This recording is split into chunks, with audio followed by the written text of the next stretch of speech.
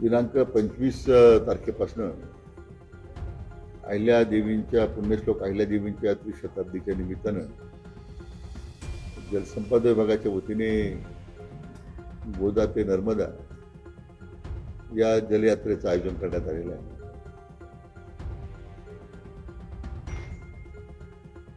त्र्यंबकेश्वर येथून त्या यात्रेला पहिल्या यात्रेला प्रारंभ होईल. राज्याचे लोकप्रिय मुख्यमंत्री माननीय देवेंद्रजी फडणवीस साहेबांच्या हस्ते त्या यात्रेला गोदा कलश ते आम्हाला सुपूर्द करतील आणि ते यात्रेला सुरुवात होईल.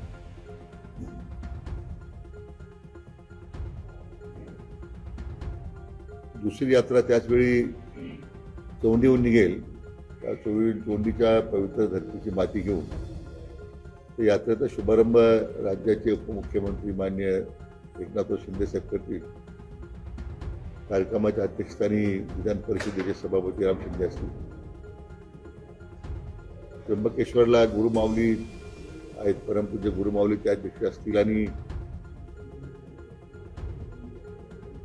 यशवंतराव होळकर तृतीय कुमार यशवंतराव होळकर त्या ठिकाणी प्रमुख पाहुणे म्हणून राहतात. त्या दोन्ही यात्रा एकत्रपणे 26 तारखेला संध्याकाळी शिर्डीमध्ये येतील आणि मग शिर्डीमध्ये महाराष्ट्रातील 30 नद्यांचं पाणी आपण एकत्र त्या ठिकाणी आपण त्या 30 नद्यांचे कलश शिर्डीमध्ये येऊन त्या ठिकाणी मग एकत्र पुढं 27 तारखेला यात्रा सुरू होईल आणि 27 तारखेला मग ती गंगापूर वैजापूर मार्गे संभाजीनगरहून ती भृष्णेश्वरला मुक्कामाला जाईल. 28 तारखेला ही यात्रा भृष्णेश्वरून सकाळी निघून कन्नड मार्गे 40गावून धुळ्याला मुक्कामाला जाईल आणि 29 तारखेला धुळ्याहून निघून ती दुपारनंतर संध्याकाळी आपण माहेश्वरला समारोपाचा कार्यक्रम ठेवलेला आहे. त्यामध्ये आमचा हाच प्रयत्न आहे की पुण्यश्लोक अहिल्यादेवींच्या कार्यकर्तृत्वाचं त्या ठिकाणी माहिती व्हावी. तर खरं म्हणजे अतिशय दूरदर्शी आणि उत्तम प्रशासक विशेष करून पाणी संवर्धनामध्ये त्यांनी फार मोठं योगदान दिलं. म्हणजे जुने बारे असतील, गावतळे असतील, दुरुस्त करणं, अनेक मंदिरांची जी पडझड झाली त्या मंदिराचा उद्धार त्यांच्या हस्ते झाला आणि म्हणून त्यांचीच प्रेरणा घेऊन माननीय मुख्यमंत्री देवेंद्र फडणवीस साहेबांच्या नेतृत्वाखाली विचार, विकास आणि वारसा या सूत्रावर आधारित आपण ह्या जलयात्रेचं आपण आयोजन केलं. यामध्ये संपूर्ण यात्रेमध्ये जलसंपदा खात्याने आतापर्यंत केलेल्या वाटचालीचं आम्ही चित्रफित दाखवणार आहोत. पुण्यश्लोक अहिल्यादेवींच्याही जीवनपटावर आम्ही काही चित्रफित दाखवणार आहोत. अशा एक वेगवेगळ्या उपक्रमानं ही गोदा ते नर्मदा जलयात्रा 25ला सुरू होऊन 29ला माहेश्वरला जाईल. अनेक वारकरी या जलयात्रेमध्ये आहेत. मी स्वतः पूर्ण वेळ थांबणार आहे. मला खात्री की आपल्या सर्वांच्या माध्यमातून अधिक आम्हाला चांगले सहकार्य आणि या यात्रेच्या निमित्तानं मिळेल अशी अपेक्षा करतो. मी पत्र लिहिले सगळ्या महापालिकेला की अल निनोचा प्रभाव आहे, त्यामुळे ऑक्टोबरपर्यंत पाणी या ठिकाणी वापरावं लागणार आहे आणि ते जपून वापरावं अशा पद्धतीने जलसंपदा.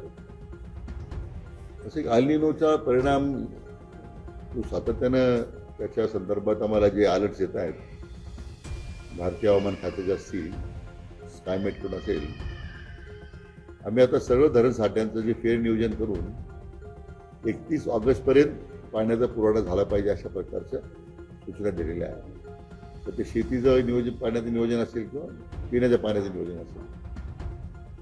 आता महापालिकेनं सुद्धा आम्ही कळवलं आहे की 31 ऑगस्टपर्यंत धरणातला पाणी साठा जो आहे तो आपल्याला उपलब्ध करून देताना तुम्ही तुमचं अंतर्गत पाण्याचं नियोजन करायचं. आम्ही काही पाणी कपात करा वगैरे आमचं काही काम नाही.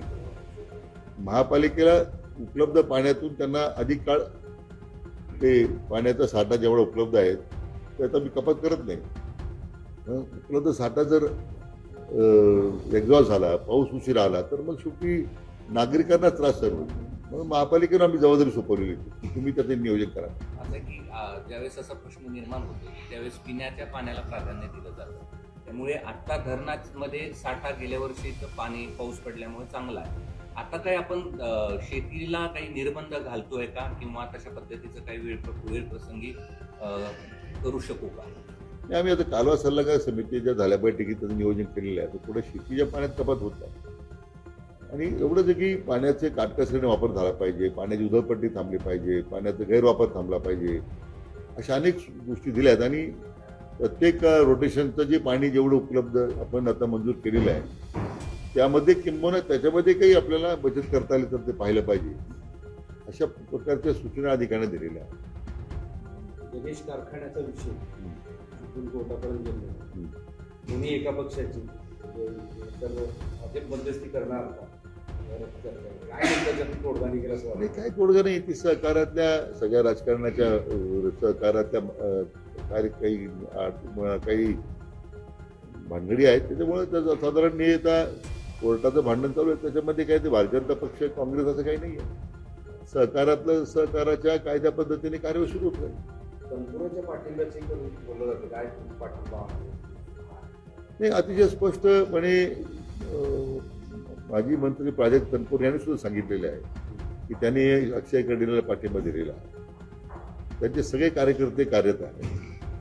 सांगता सभेला ज्यावेळी मान्य मुख्यमंत्री आले त्यावेळी अतिशय म्हणजे स्पष्टपणे मुख्यमंत्र्यांनी सुद्धा सांगितलेलं आहे की आम्ही आता सगळे एकत्र काम करणार आहोत. तर संदिग्ध कोणच नाही आहे. म्हणजे प्राजक्त तनपुरे आता भाजपमध्ये येतील नाही ते त्यांचा प्रश्न आहे तो नंतरच्या काळामध्ये. पण ह्या निवडणुकीमध्ये एक आचारसंहिता त्यांनी पाळलेली आहे की शिवाजीराव वाढले बारामतीला जर तुम्ही एकत्र आलेला आहात तसं राहुरीमध्ये काय अडचण होती. म्हणून शिवाजीरावांच्या अचानक जाण्यानं ती जागा जी रिक्त झाली होती. म्हणून एक तर दोन गोष्टी, एक तर त्या एक संवेदनशील विषय होता म्हणून, आणि दुसरा राहुरी तालुक्याच्या विकासाकरता जर आपण एकत्र आलो तर त्यात बाबा काहीच नाही आहे. त्यामुळे त्यासाठी निवडणुकीत उभं राहिलंच पाहिजे असं काही नाही आहे. म्हणून चांगली भूमिका प्राजक्त तनपुरे घेतली आणि त्याचं आम्ही स्वागतच केलेलं आहे. मराठा आरक्षण समिती बरखास्त करा, अध्यक्षपदावरला विखे पाटलांनी नाव घालवलंय असं मनोज जरांगे यांनी निशाणा साधलाय. जरांगे पाटलांचं मला वाटतं काहीतरी त्याच्यामध्ये काय माहिती गैरसमज असतील.